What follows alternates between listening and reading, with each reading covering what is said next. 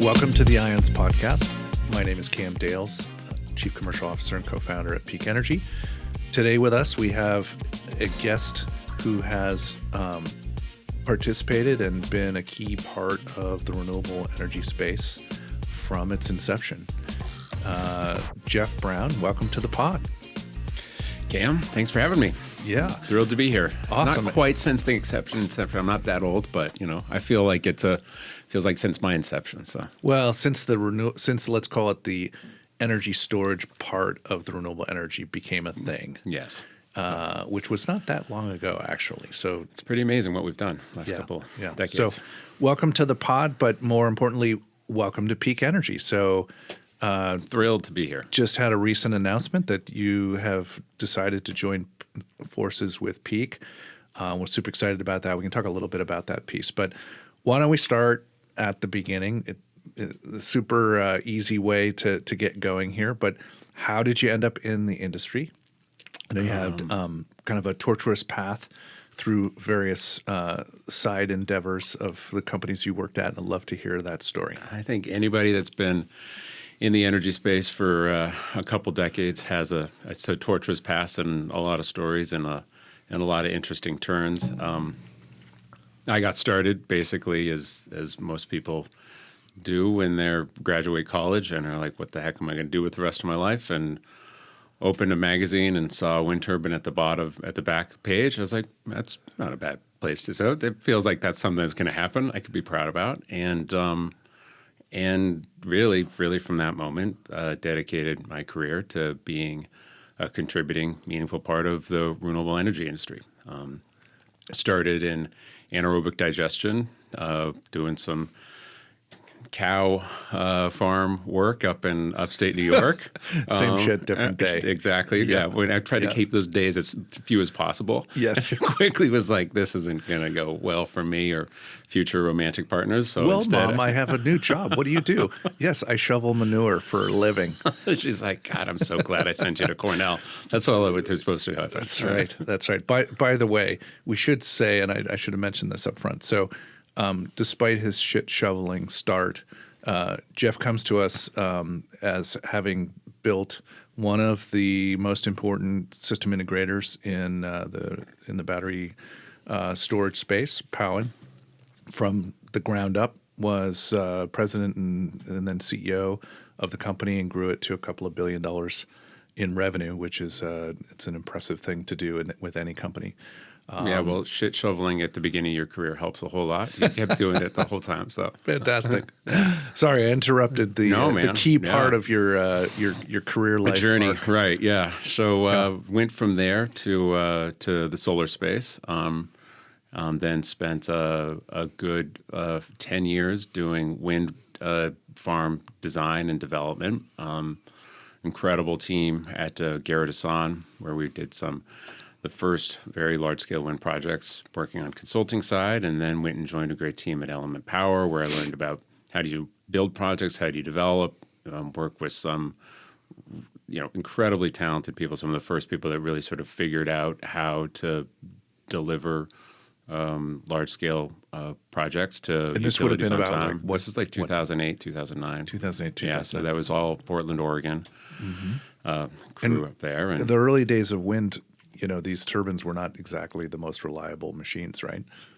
This was probably about a decade after some of the first systems were going in. So this was we put in some V90, V100s from Vestas and some GE 1.5s, and so this is sort of 10 years of people really figuring out the challenges, and these systems are still up and operating right now. And it was about the challenge was about introducing the technology into new regions, getting people and utilities comfortable with it, and then getting them familiar with new names and new projects, and it was an incredible educational space for me to be able to figure out like this is possible. You can just drive to the middle of West Texas and say like, God, man, this would be great to build a wind farm here, and then 3 years later you make it happen.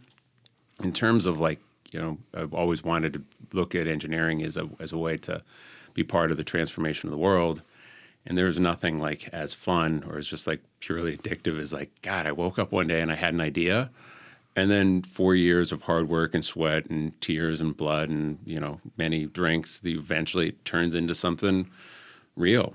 And I think that the first time I got to see that happen at our Macho Springs wind farm in Texas or in New Mexico, I was like, this is what I want to do. This is what energy, this is what being part of this whole journey is about. It's about being part of a,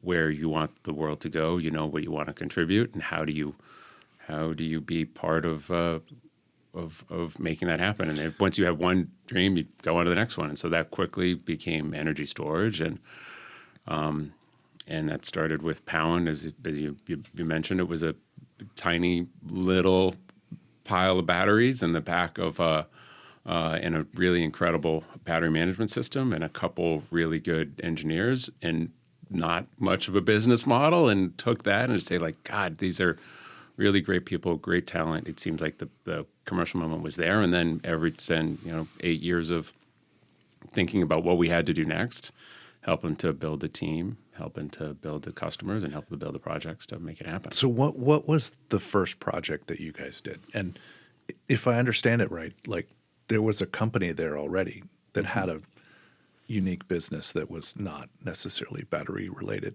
No, how did that not happen? Precisely battery related, not typically battery related. So,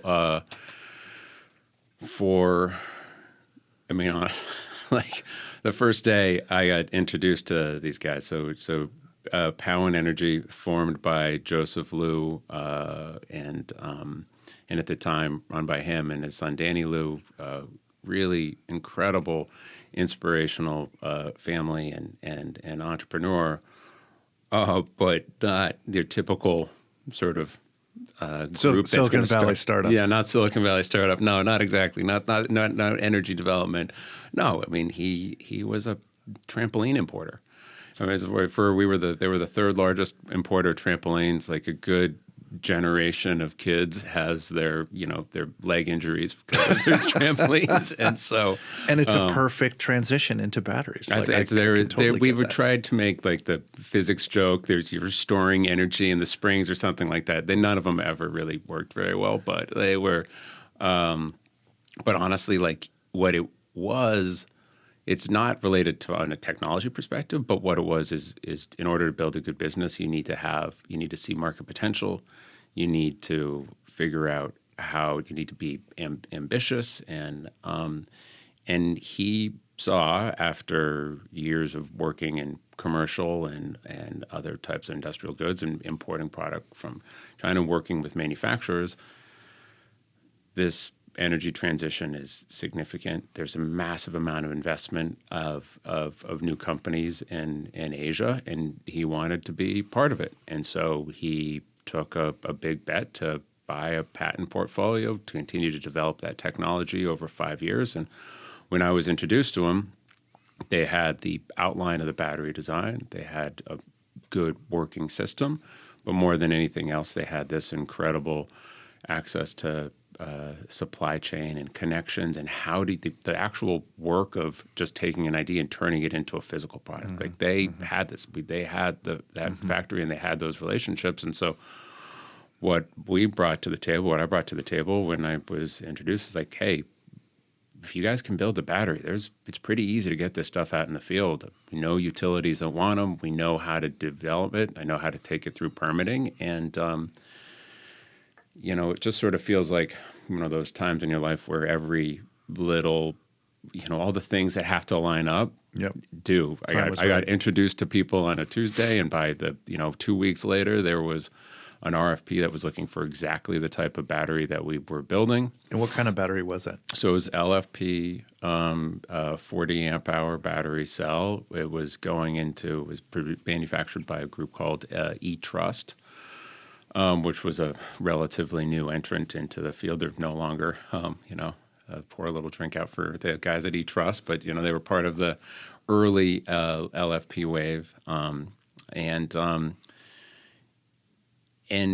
we built our system. So we were as Powin is an integrator, which for all the listeners that don't really understand, we didn't actually manufacture the cell, but what we did is we delivered the software, the control system, the architecture, the building the system into something that could be usable at a large scale to utilities. So you would connect it into the. And so, what was like that first project? that you Yeah, guys so that did? first project. So the RFP. Presumably, you were a well-oiled machine. I think there was 12 of us, right? Followed, knew exactly how to go deploy large scale. What is large scale, by the way? So was this the 8 megawatt hours? So we got 8 megawatt hours, 8 which megawatt seemed hours. huge at the time, I'm sure. It was honestly, I think it would have been the third at the time that we proposed it. It was the third largest operating battery in California. Wow. The crazy thing is that Southern California Edison at that time, like the way that most of Los Angeles Basin gets their power in the middle of the summer during high op periods, is they have a large natural gas storage. It's a Liso Canyon storage reservoir that gas gets fed into all these in-basin generators, and that's how you can deal with peak power. And during high periods of demand in the summer, and that sprung a leak. So they had to empty all the gas. And everyone's like, "Oh my God! Like, how in the world are we going to get? We're going to have rolling blackouts in 2017 if we don't find a way to be able to bring very quickly, rapid peak on-demand generation, something to offset demand by the next summer." And so they had this emergency RFP. Mm-hmm. All comers, we don't care. Anybody bring your generator, your storage, whatever you can. We want this online, but you've got a contract if you can do it by the end of the year. And who were the players at that time? So it would be just developers. There'd be, in terms of system suppliers, there was Tesla. So that was Tesla's initial power pack. All right. And NEC had a system, and that was based off of LG or Samsung batteries, but NMC, a different type of chemistry. Everybody was using NMC. We were the only ones that were using LFP. And there was probably a couple others there. But there was a relatively small set of product manufacturers, and we were from SE, you were a trampoline company. And so it was right in Yeah. our lane. We saw a big opening. But the nuts thing is, so in order to respond to this RFP, you had to be, there was like limited transmission lines or limited distribution lines, or you had to be exactly in the right location. And we hadn't done development. We hadn't put in 3 years of interconnection there. We didn't have an asset to be able to bid into. But Joseph had a buddy who had a warehouse full of trampoline parts in Irvine, right in Basin, right on the required distribution line with literally, and get this, literally in his back, which is it's nice to have a line going in front of you, but you can't, just plug it in, right? You need a transformer, you need a there is in the back of the back parking lot, there was a transformer. So wow. It was literally, we had a contract dropped on our lap, and we had an asset exactly in the right location. So when those stars align, yeah, you're just okay, we got to go do it. Timing is so important in the launch of new companies. I used to think, we're tough entrepreneurs. We can force this thing to happen by force of will alone, and if the business model is right, it will happen. And I've since been it's just good to be lucky. It's just good to be lucky. Yeah, right? My favorite definition of a startup is it's the art of staying alive until you get lucky. Right. And exactly not that that's easy. Right. No. Yeah. So you guys we got lucky early. Yeah. And I didn't have to stay alive for long. That was about 2.5 weeks. We're okay, oh, great. Now we got lucky. Right. And so we pulled it. We had a factory that we owned, and so immediately we said, okay, stop making trampolines or whatever you're doing. Let's make this battery system. So we had the battery system built and shipped within 8 weeks, which is just land speed record by anything even now. But my gosh, at that time it was incredible. We had a small team. We brought on some more people. We rented 2 Airbnbs, fully just disembarked families moved down there, and everybody's okay, let's go clear out the the warehouse and let's assemble this system. Southern California Edison was an incredible partner. They pushed us through the interconnection process, pushed us through the commercial contract, and I mean, it's got to be the fastest. Another record in 4 weeks. We had that done, and then we basically a quarter later Turned it on, and it worked. and it worked. Is it still running? Still running. Yeah, it's still running, man. Yeah, we were the first ones to be doing frequency regulation. And like you had to be on by December 30th, or like they were threatening. That's it. Contracts canceled. Right. No, man, we turned it on and it was running. We hit that date, and it. I mean, obviously, incredibly massive amount of work and huge amount of sacrifice for everybody that had to, that contributed to making this happen. My Airbnb review has never quite recovered. So my wife does all my Airbnb bookings. It's like when they said, "Oh, great, we're going to have some people here," they didn't expect it was going to be, 15 people and all their tools and their families and everything piled into this place. So you started building the business. Let me ask you for real, like, is that the factory building that you burned down? That is. And do tell the story, please. Thanks. No. We tried to keep our factory. That was fine. It's our lab that we like to burn down. That's what you build labs for, right? That's right. The burn down lab. Yeah. So if we're going to tell that story, fast forward 3 years here, and by this time we've gotten the largest battery project in Canada. In Stratford, which was basically the next year of focus. And then we followed that up with such a super cool project, building a microgrid, a large microgrid backup of a bunch of Wärtsilä engines in Mexico. And through that time, we continued to improve the product, and we continued to, we were sort of feeling like, man, we're hitting our strides, getting a lot of demand built up for our batteries. We got our next generation product coming out. So we just continued to take the learnings from actually building a bunch of projects ourselves and turning it into the next, what we think are really advancing the product line. And so April 11th, 4/11/2019, a day that will certainly always live in my memory. Infamy. Yeah, right. I mean, fortunately, everyone would say it, so we're not going to say infamy. It's not Pearl Harbor here, right? But like we got so we'd been working on the design since 2018. The manufacturing was, and the first pilot units were coming over. And and by this time, we'd been able to bring in some more money. We are growing our team to like 50 or 60 people, but everybody is like thrilled to just be part of this small little startup. And our first, been here for 6 weeks or so. And then, I think we had 5 people starting this day or 4 people starting that week.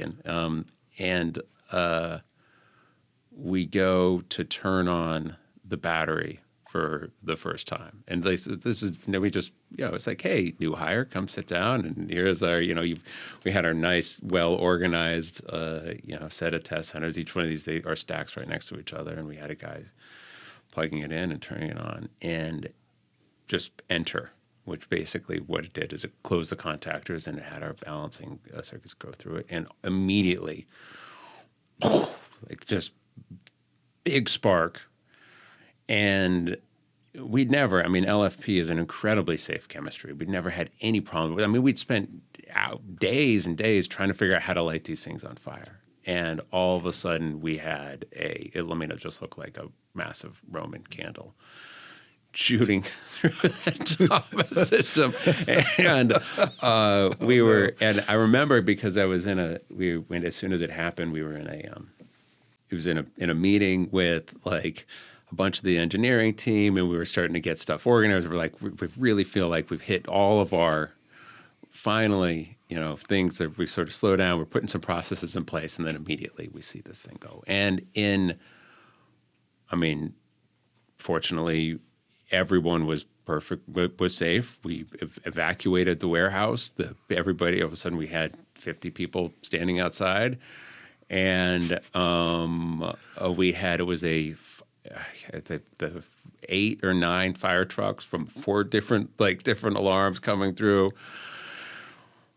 We had all of our batteries right there, and so they started to try and put the fire out with one hose, but of course it just ended up shorting out all the rest of the batteries. So then we moved all the batteries into the backyard or into the back parking lot, where of course it started to rain and all the batteries started to short out and go all over again. And I mean, it was a dark time because I mean, number one, when you deal with a failure like this, like, I mean, first of all, your first thought is thankful everybody's okay. Secondly is, oh my gosh, this stuff is dangerous. Like this is we know it is, but when you're actually are in front of it and you're seeing like you're literally had people feet from a battery that went through went through an event, you realize it inculcates everybody to understand like this is something we have to take very, very seriously. And then thirdly, you're like, well, what the hell happened? I mean, what possible failure mode? So immediately we put the entire company on pause, all efforts, brought in every consultant that we could to try and figure out, I mean, what could make a battery respond like this, and to cut 8 weeks of pretty fascinating engineering forensics. We started to try and find multiple different failure modes, identified what we think probably happened, but we're like, but this never should have happened from a system design perspective. And they're like, how could it be a manufacturing error that could have resulted in it? And we were able to figure out what happened, very quickly resolve it, and were able to deliver and bring those batteries out into the world. And it was an incredible experience to sort of try and lead a team through that, to keep people focused and energized and motivated and really like embrace the challenge of trying to solve this and say that when we do solve it, we'll be in a be in a better organization and have a better product. And then incredibly thankful that the building we were in was owned by the owner of the company, because otherwise, if this was a leased building, there was no way we were gonna be able to get anywhere. No, look, I mean, Powin, as every integrator, every battery supplier out there, has had its fair share of fire related events. I think it's made me as a manufacturer and a buyer and person that's takes very seriously the responsibility of delivering quality product to the customers in the world. This is a failure mode that can happen. It's one that you can you solve and address through improvements in engineering and quality, and I can say that I'm proud of the handful of times that it has happened in the field. We've been able to respond to it, identify the failure modes, and we feel like we're getting to a place now where, we've gotten most of the issues out of the system, and I think that's what you've seen. All of the other suppliers have gone through, have had similar challenges that then you totally get your hands around, and it's building a better, longer-term, safer system. Yeah, and over time, I think we'll start to see chemistries that come into the space that I've heard about some really interesting ones. Or maybe a little bit more resilient from a fire safety perspective. I'd love to hear more about that stuff. little plug there.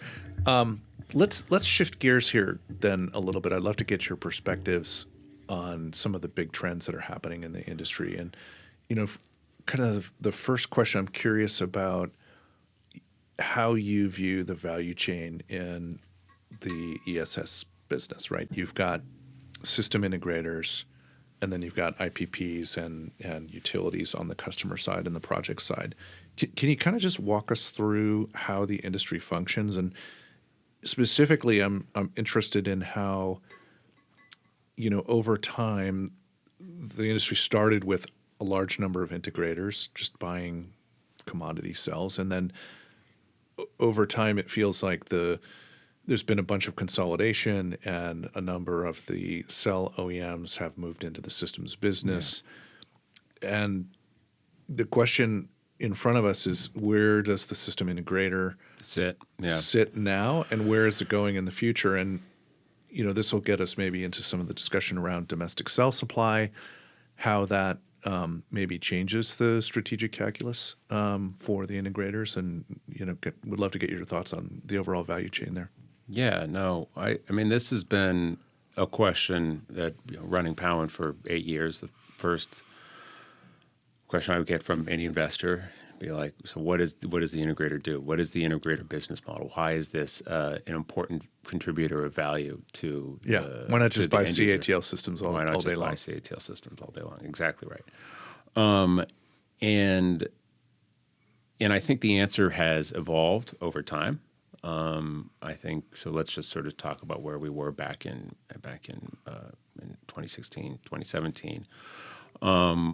First of all, there weren't cell manufacturers that were doing the integrator space. Like they were we know how to build a battery cell.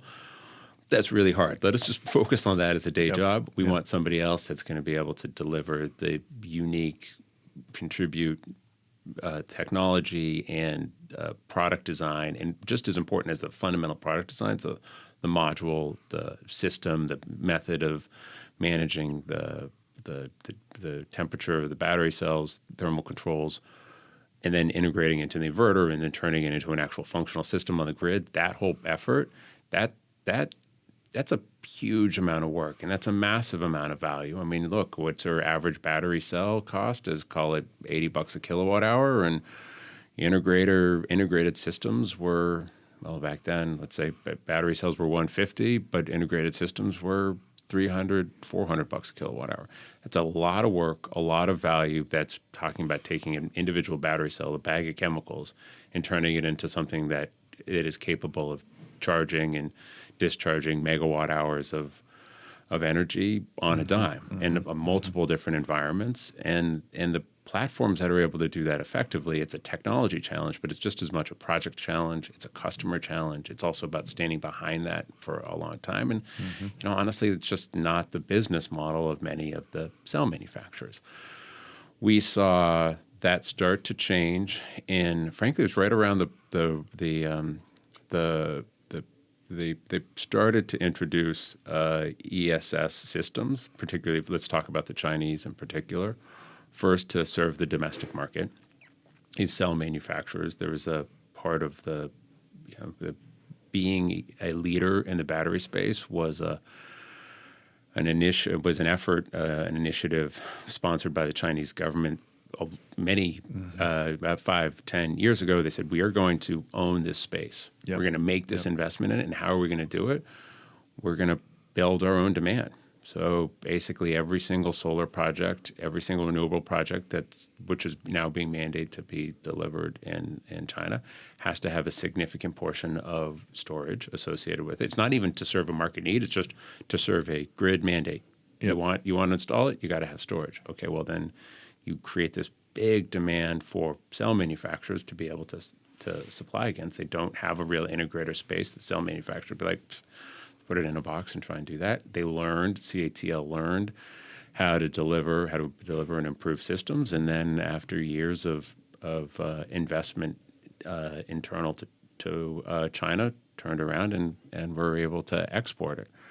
Really started to focus on those exports around 2020, and now we see there's a lot of cost pressure from U.S. integrators or Western integrators, people that have like the business I built that spent most of our time, building the relationships with customers and utilities, to see people like, I can just buy the full system directly from China, and they're good systems, and I think it does provide a different possible way for a utility or customer to be able to get a potential storage project. I think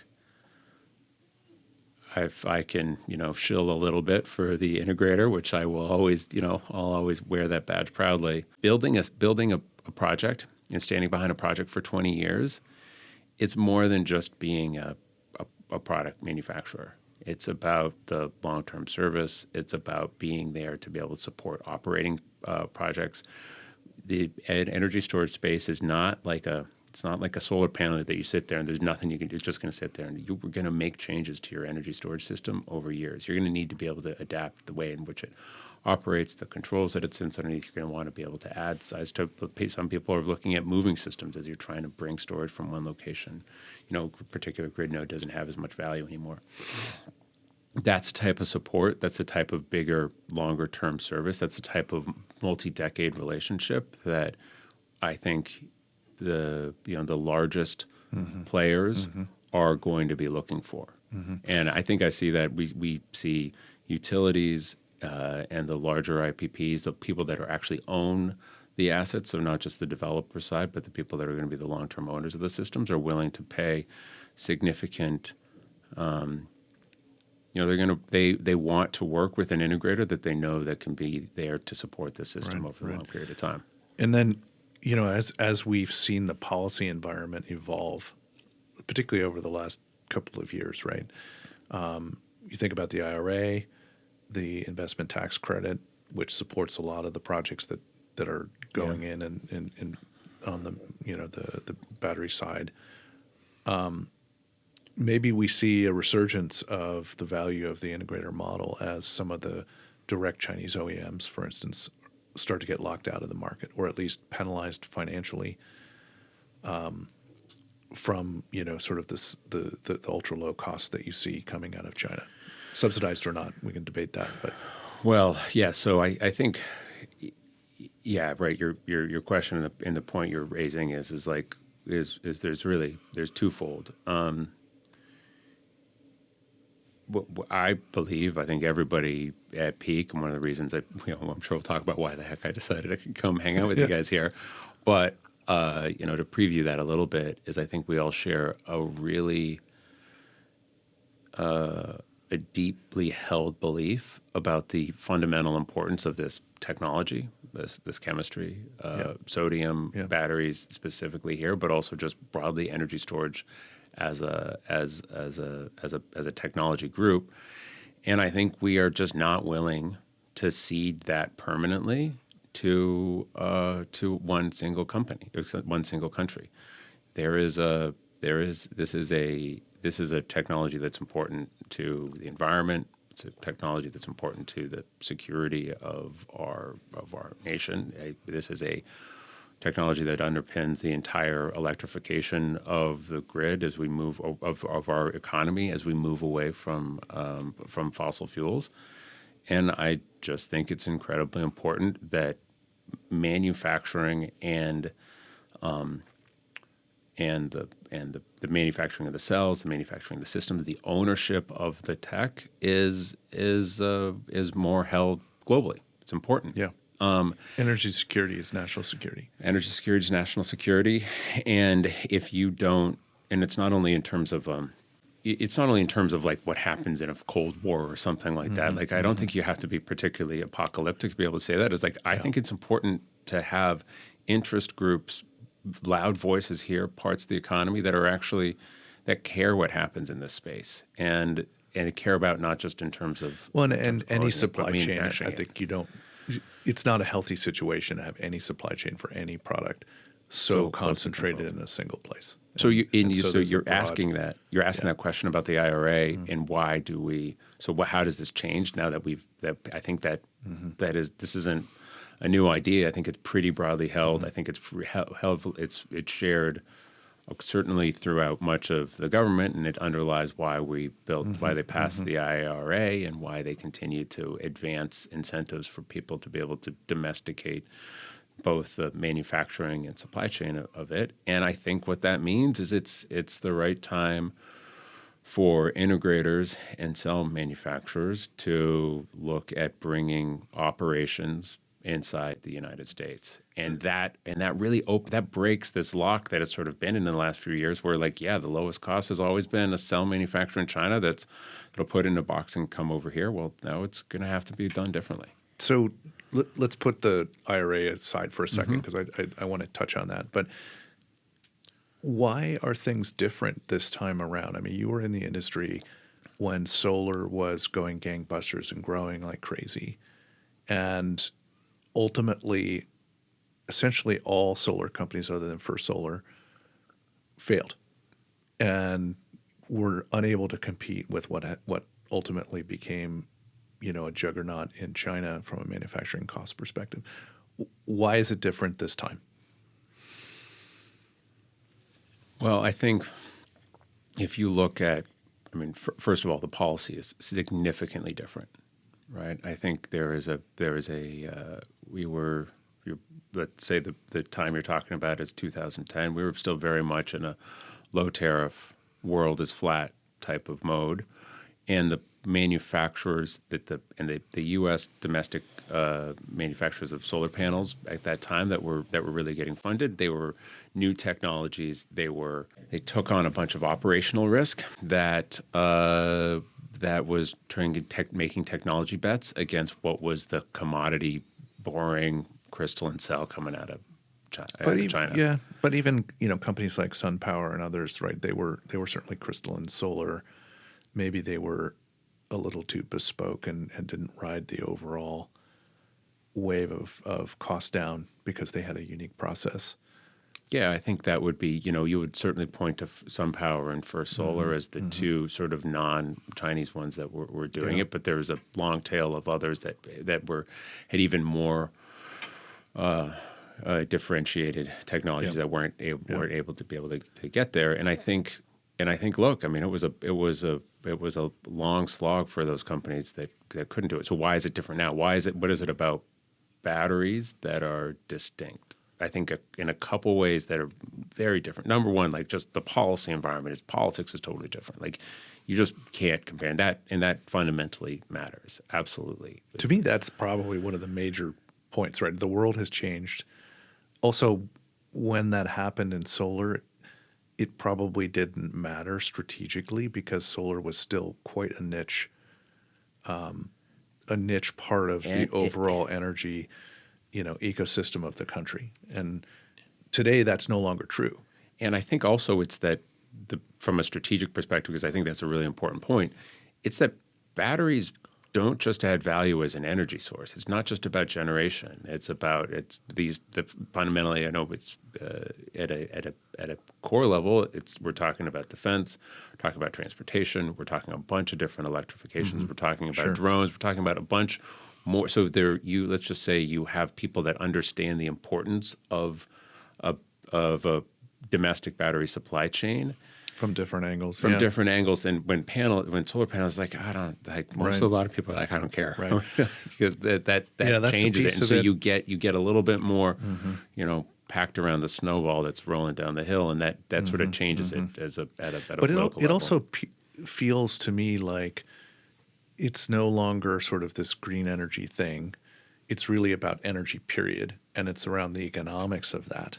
And how can you build a world-leading economy if you don't have access to the most modern, lowest cost forms of energy to supply into that economy? And if you think about AI and the data center boom, where are those data centers going to go? They're going to go to the lowest cost places where resilient, quickly implementable, available it's a differentiator. energy can be deployed. And so it becomes a matter of really the resilience and capability of your entire economy, which probably was not the case back in 2010 when solar was being built out, right? I think there were some really good. People were making similar arguments about solar at the time. There were a number of people who. But it was 25. It was 15 years in the future, really. Right? Yeah, and it was in that fundamentally. Look, like what percentage of our grid right now is being supported by solar? It's incredible what that entire what we've been able to do and what we've been able to deploy because of people that saw the potential here. And this wasn't. You're talking about extremely low cost energy. And that's how you do it. So it's become a major, significant part of a component of it. But unfortunately, we sort of had to cede a lot of our manufacturing capacity for not really great reasons to China. And when I look at what First Solar has been able to accomplish, we've known them and their team for a long time. It's incredibly impressive. They committed to continuing to improve their chemistry. They continue to improve their the quality of the product. And then when things got tight and they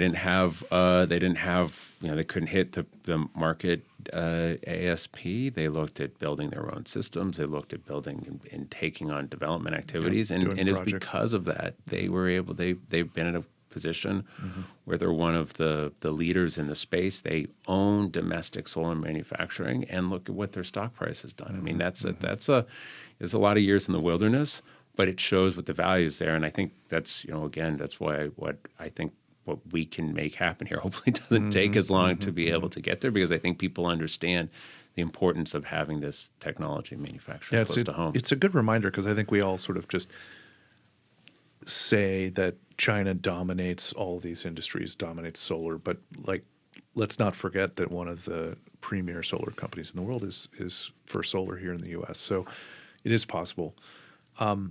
Let's talk a little bit about what is happening on the policy side. Sure. What is the situation today with the IRA? Like, we all talk about the IRA. I think many of our listeners are pretty familiar with it, but I feel like there is it's underappreciated how much value is in the IRA for domestic manufacturing, particularly in, let's talk batteries. And we all in the battery space are very focused on the PTC, right? The direct subsidies on the manufacturing side. What's less understood is how much value is in the ITC, which accrues to the project developers, right? But it results in a pretty dramatic premium even today in pricing because of that value, and may get driven higher still as the requirements for domestic manufacturing continue to be included in that. Included. So talk a little bit about how the ITC works and why this matters. So I got, when I started in this space, this was where there was the ITC, but it was only for solar, right? So for years now, you had ITC, 30% tax credit. So 30% of the capex of your project could be credited back, and there's 50 different sort of iterations of exactly what this was, but for simplicity, 30% of a project gets credited back through some version of a tax credit. You partner with a tax equity supplier to be able to monetize that and bring that value to the owner of the project, and that helps to defray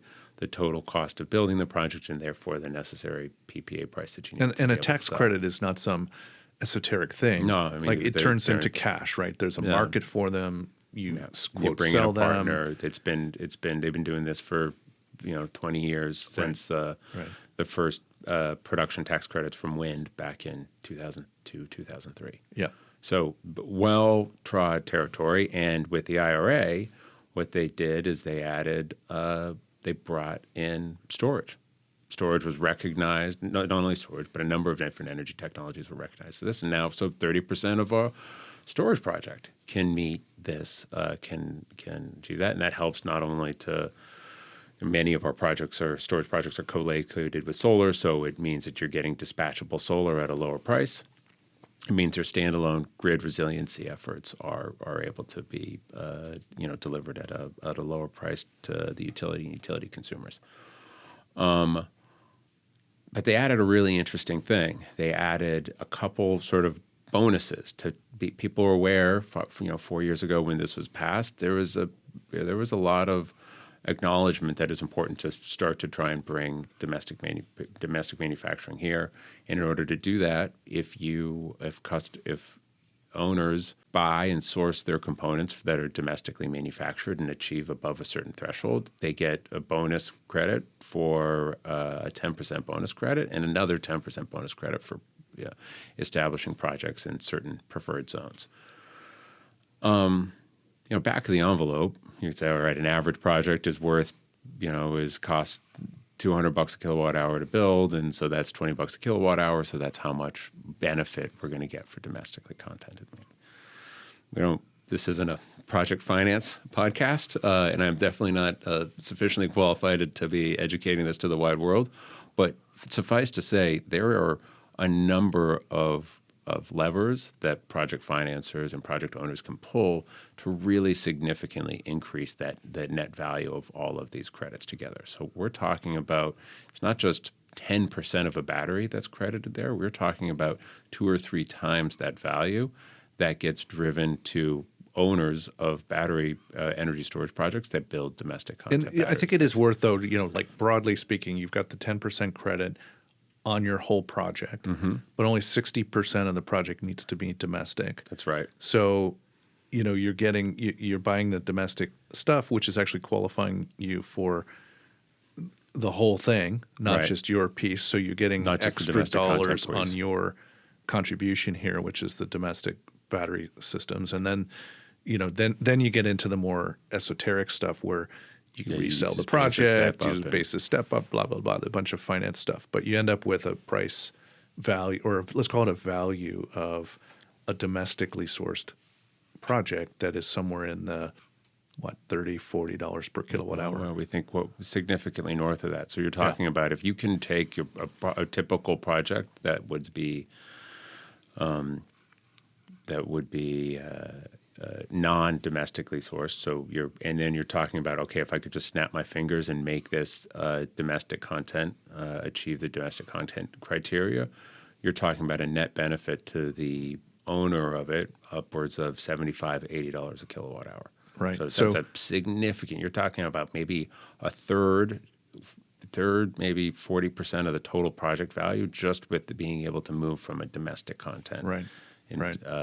Criterion. That isn't well understood, and it's really and what it means is it means that pull, that customer pull saying like, where the heck are my domestic batteries? I really want that. That isn't really well understood, and that voice isn't heard. And it's driving a huge demand for domestic content, right? And domestic cell producers. And today, for LFP cells in the United States, there's exactly how many domestic cell manufacturers? It's going to take me a while to count this. A zero. So, So this huge market value, part of the overall growth of storage in the U.S., I think something like 100 gigawatt hours per year by 2030. Add on top of that the need for domestic content and the lack of suppliers, and there's this huge opportunity. Why aren't there any? It's not because they haven't tried, right? Right. It's not that they haven't tried, but I think that I spent much of the last year trying to answer this question, right? I was as in my role at Powin was hearing from customers, hey, tell me about your DC solution. What do you guys got that's domestic content eligible? When are we going to be able to see it? I'd like to start to pencil this into my projects. And so I'll go to, I've got a name, a whole bunch of domestic manufacturers, battery manufacturers that said, hey, we got great plans. We're gonna have our factory here 2022. You should see our first cells here in 6 months. And just one by one, they sort of fell by the wayside. And you're back of the envelope math. You're like, there's just no way that it's because of economics that these projects aren't moving forward. Got the demand. The incentive is more than enough, way more than enough to be able to sort of justify this level of investment.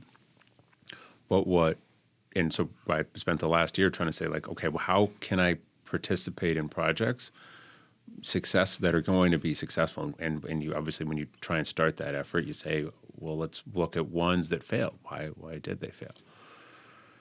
And it's a confluence of two things. First, the projects that had been funded were taking on in an unanticipated way, significant amount of technology and sort of operation and scale-up risk. And they said, yeah, we're using an established technology, but we're going to make a couple of tweaks to it. We're going to make some modifications. Well, as soon as you make any major change, you're talking about putting back your plans by years, significant increase in CapEx. And then secondly, there's just not a deep bench of battery talent in America, like fundamentally. Mm-hmm. That's one of the things where eventually, again, with Peak, what is it about Peak?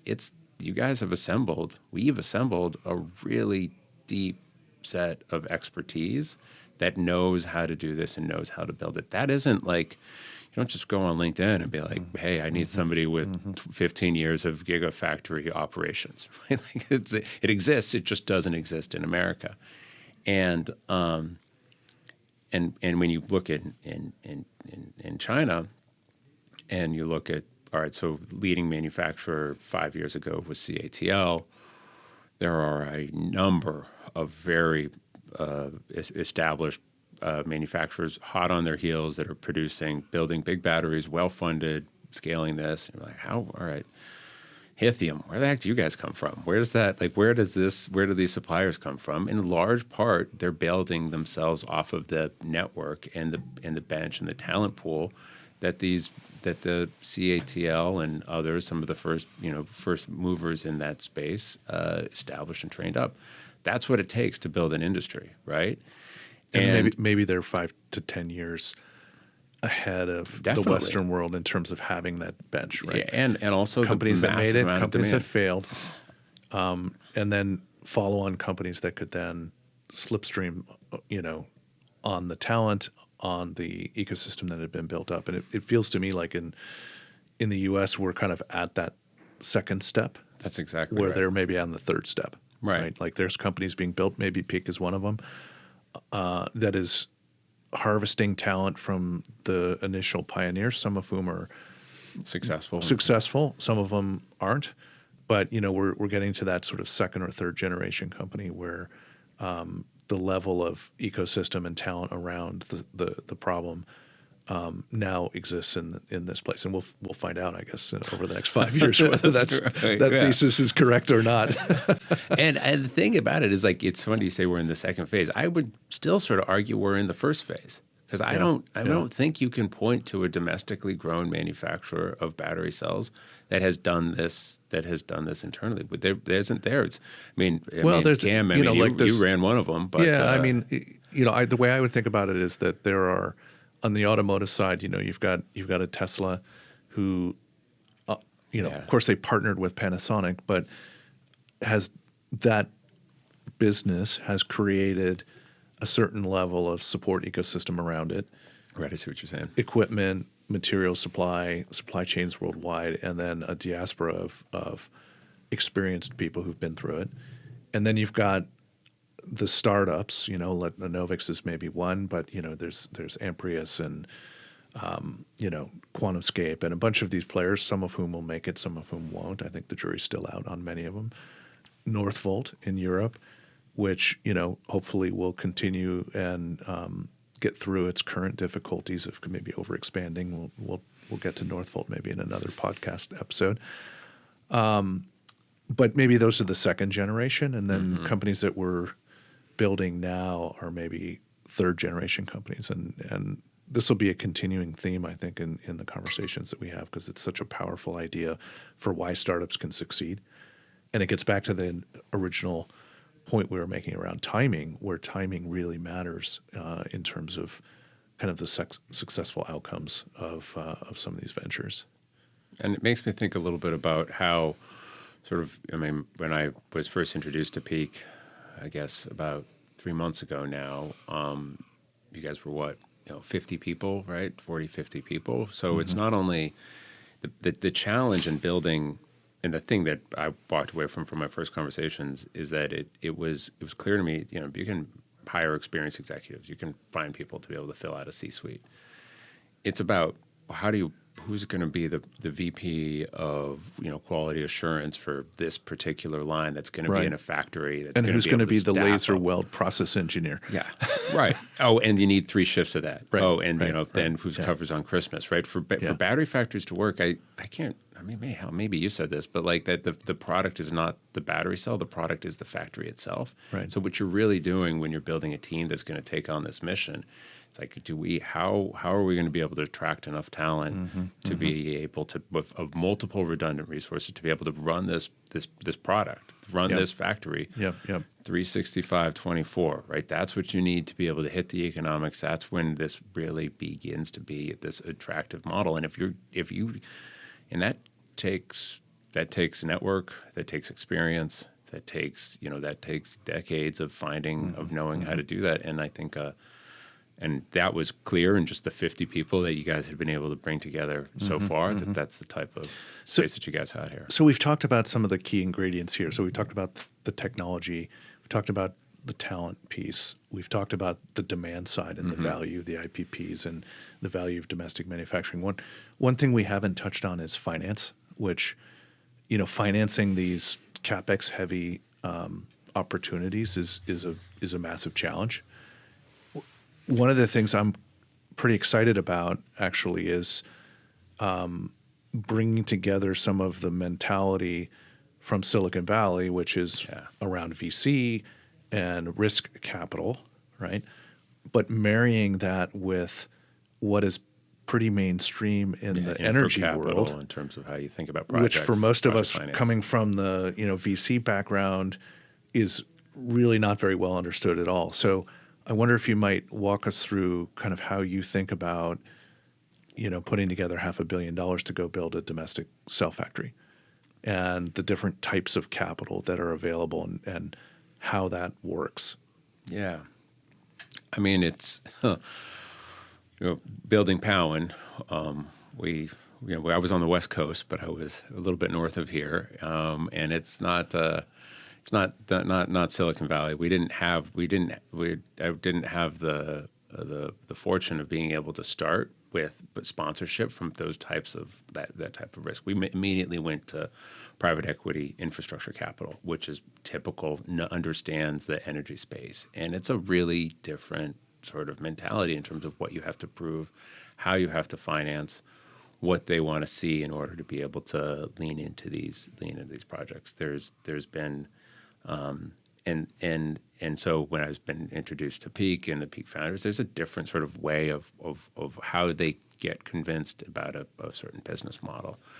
But there's a limitation, right? I mean, whatever, $500 million, $1 billion, all of those numbers are well more than just sort of like, I got a good feeling about this guy, right? Yeah. I mean, you need to. Those are big numbers in the context of your sort of in classic all VC backed startup, particularly early on in the life cycle.